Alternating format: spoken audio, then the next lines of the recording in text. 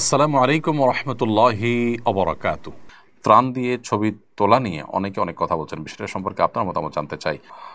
এরপরে প্রশ্ন হলো, হাফেজ মমিনুর রহমান আপনি লিখেছেন, জামাতের নামাজ অবস্থায় কাতারের মাঝে এক বা দুজনের মতো ফাঁকা রাখলে নামাজ হবে কিনা। এরপরে রিল ফিল আইডি থেকে আপনি লিখেছেন, ট্রাক ড্রাইভারকে ভাড়ার ব্যবস্থা করে দিয়ে তার কাছ থেকে প্রতি কাজে কমিশন নেওয়া যাবে কিনা। এইচ.এম. আল মামুন লিখেছেন, মৃত ব্যক্তির নামে হজ বা ওমরা করার বিধান কি। এরপর এমডি আমিনুল ইসলাম আপনি লিখেছেন, মসজিদের টাকা হিসাব না দিয়ে নিজের ব্যবসায়িক কাজে খাটানো যাবে কিনা। এরপরে সাইফ আহমেদ আপনি লিখেছেন, শেষ বৈঠকে সকল দোয়া শেষ করার আগে ইমাম সাহেব সালাম ফেরালে করণীয়। ফটো সেশনের জন্য ছবি তোলার জন্য ছবি তোলা, মানুষকে দেখিয়ে বাহাবা নেওয়ার জন্য, জাস্ট লোক দেখানোর জন্য ছবি তোলা, এটা অনুচিত। কিন্তু আপনি যদি সোশ্যাল মিডিয়া থেকে ফান্ড রাইজ করে থাকেন, সেটির জন্য মানুষের কাছে জবাবদিহিতার জায়গা থাকে, তার জন্য আপনি রেকর্ড বা রিপোর্টের জন্য ছবি তোলেন, সেটা নিষিদ্ধ নয়।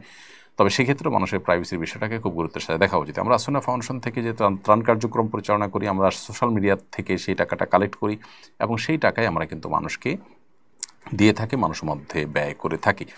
তো যার কারণে সেটির জবাবদিহিতার জায়গা থেকে, ট্রান্সপারেন্সির জায়গা থেকে আমাদের রিপোর্ট করতে হয়, সেজন্য আমরা ছবি, লাইভ, ভিডিও ইত্যাদি করি। কিন্তু সেক্ষেত্রেও যে মানুষগুলোর ছবি তোলা হয়, চেষ্টা করা হয় তাদের চেহারা যেন প্রদর্শন না হয়। যারা তাদের ছবি তোলাতে আপত্তি করেন না বা অনুমোদন দিয়ে থাকেন, তাদেরটাই আমরা সাধারণত প্রচার করার চেষ্টা করে থাকি। তবে অন্যদেরও এই বিষয়গুলো মাথায় রাখা দরকার। আপনার অনবরত প্রয়োজনীয় ছবি তোলা, ভিডিও করা, এটা অনুচিত কাজ। এগুলোর মাধ্যমে আল্লাহর কাছ থেকে সওয়াব পাওয়ার সম্ভাবনাটা কমে যায়। এরপরে প্রশ্ন হলো, হাফেজ মমিনুর রহমান আপনি লিখেছেন, জামাতের নামাজ অবস্থায় কাতারের মাঝে এক বা দুজনের মতো ফাঁকা রাখলে নামাজ হবে কিনা। জামাতে নামাজরত অবস্থায় কাতারের মধ্যে ফাঁকা রাখাটা গুনাহের কথা বা অনুচিত কথা, কারণ নবী সাল্লাল্লাহু আলাইহি ওয়াসাল্লাম বারবার করে কাতারে ফাঁকা রাখতে নিষেধ করতেন, কাতারের ফাঁকা বন্ধ করতে বলতেন এবং ফাঁকা রাখতে নিষেধ করতেন। তিনি বলতেন যে সুদ্দুল খালাল, তোমরা কাতারের মধ্যকার ফাঁকা জায়গাগুলো বন্ধ করো। এবং তিনি বলতেন যে কাতারের মধ্যে যদি তোমরা ফাঁকা রাখো তাহলে সেক্ষেত্রে শয়তান সেখানে স্থান নেবে। তো এই জন্য কাতারের মধ্যকার ফাঁকা রাখা অনুচিত। তবে নামাজ হয়ে যাবে, একজন বা দুজনের জায়গায় যদি ফাঁকা থাকে নামাজ হয়ে যাবে। এমনকি কেউ যদি মাঝখান থেকে বেরিয়ে যান, নামাজের মধ্যে ওযু চলে গেছে সেজন্য, তাহলে পাশের লোকজন আলতো করে সরে এসে সেই জায়গাটা ফিল আপ করে ফেলবেন বা পেছন থেকেও সামনে চলে আসবেন, এটা উচিত। এরপরে রিল ফিল আইডি থেকে আপনি লিখেছেন, ট্রাক ড্রাইভারকে ভাড়ার ব্যবস্থা করে দিয়ে তার কাছ থেকে প্রতি কাজে কমিশন নেওয়া যাবে কিনা।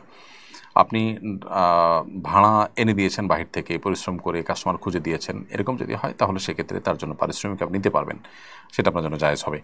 বাট যদি আপনি এটা আপনার চাকরির অংশ হিসাবে করেন, তাহলে সেক্ষেত্রে আপনার জন্য জায়েজ হবে না। সাধারণত কোনো কোম্পানিতে আপনি কাজ করছেন, ধরুন কাজ করে আপনি ট্রাক ভাড়া করা কোম্পানির কাজ, তো আপনি ভাড়া করে দিচ্ছেন, দিয়ে আপনি ড্রাইভারের কাছ থেকে আলাদা আপনার কমিশন নিচ্ছেন, সেটা কিন্তু নাজায়েজ হবে, উৎকোচ হবে, কারণ এটা আপনার দায়িত্বের অংশ। বাট এমনিতে আপনি স্বাধীন মানুষ হিসাবে এটা আপনার মূল কাজ না, বা এটা আপনি কারোর দিনের চাকরি হিসাবে কাজ করছেন না। আপনি একজন ট্রাক ড্রাইভার বা একটা ট্রান্সপোর্ট কোম্পানিকে ভাড়া এনে দিচ্ছেন, কাস্টমার এনে দিচ্ছেন মধ্যস্থতাকারী হিসাবে, অবশ্যই আপনি সেখানে পারিশ্রমিক বা আপনার বিনিময় আপনি নিতে পারবেন।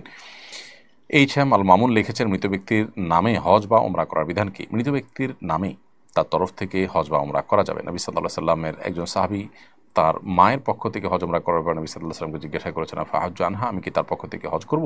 নবী সাল্লাল্লাহু আলাইহি সাল্লাম বলেছেন, হ্যাঁ অবশ্যই তুমি করতে পারো। সেজন্য মৃত ব্যক্তির তরফ থেকে হজ বা ওমরা করা যাবে।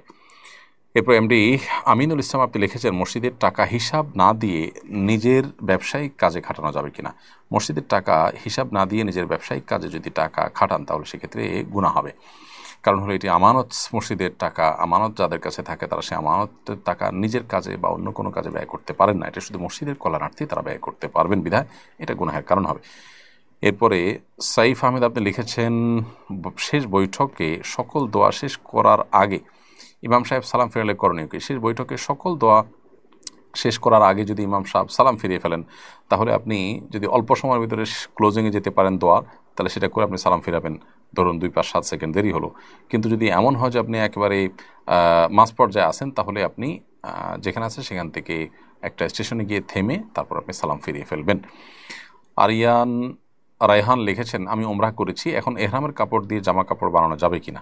অনেকে এহরামের কাপড় দিয়ে কাফন দেওয়ার জন্য ওসিয়ত করেন, এর বিশেষ কোনো ফজিলত আছে কিনা? আল্লাহ তালার কাছে একটা ইবাদতের চিহ্ন নিয়ে গেলেন, সেই জায়গা থেকে আপনার আবেগের জায়গা থেকে এটা আপনি করতেই পারেন, কিন্তু আলাদা করে কোরআন হাদিসের কোনো বিশেষ ফজিলত বলা হয়নি। এরপরে প্রশ্ন হলো, আমরা মেসেঞ্জার, ইমো ও হোয়াটসঅ্যাপে প্রচুর পরিমাণ সালাম পেয়ে থাকি। আমাদের বন্ধুবান্ধব, পরিচিত অপরিচিত লোকজন অনেক সময় আমাদেরকে সালাম লিখে পাঠায়। এই সালামের জবাব দেওয়া কি ওয়াজিব?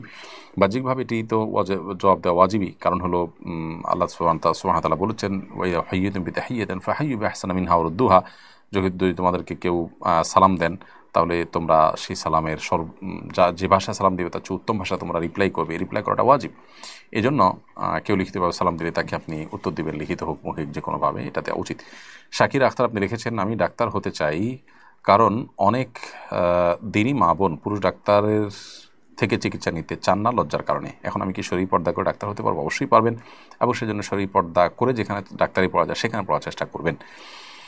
আব্দুল্লাল জুবাইর সর্দার লিখেছেন, মসজিদ স্থানান্তর করার পর আগের জায়গা বা মসজিদ কী করব? হানাফি ফিক অনুযায়ী সেই জায়গা মসজিদের জন্য সংরক্ষিত থাকবে, বা অন্য কোনো কাজ করবেন না। সেটা মসজিদের সম্মানার্থে যে জায়গা মসজিদ হিসাবে ওয়াকফ হয়ে যায়, কিয়ামত পর্যন্ত সেটা মসজিদের জন্যই চূড়ান্ত হয়ে যায়। যদিও সৌদি আরবের বিন বাজ রাহিমাহুল্লাহ সহ হাম্বলি ফকিহগণ ভিন্নমত পোষণ করেন। তারা বলেন যে মসজিদ হিসাবে এটা ইউজ হওয়ার মতো কোনো পরিবেশ বা সম্ভাবনা না থাকলে সেটা বিক্রি করে মসজিদের কল্যাণার্থে যে কোনো কাজ করা যাবে, এটা তারা বলেন। বা সে কাজ অন্য কোনো কাজ করলেন আর সেটা মসজিদের কল্যাণার্থে ব্যয় হলো, সেটি করতে পারেন, এমনটি অনেকে মত দিয়েছেন।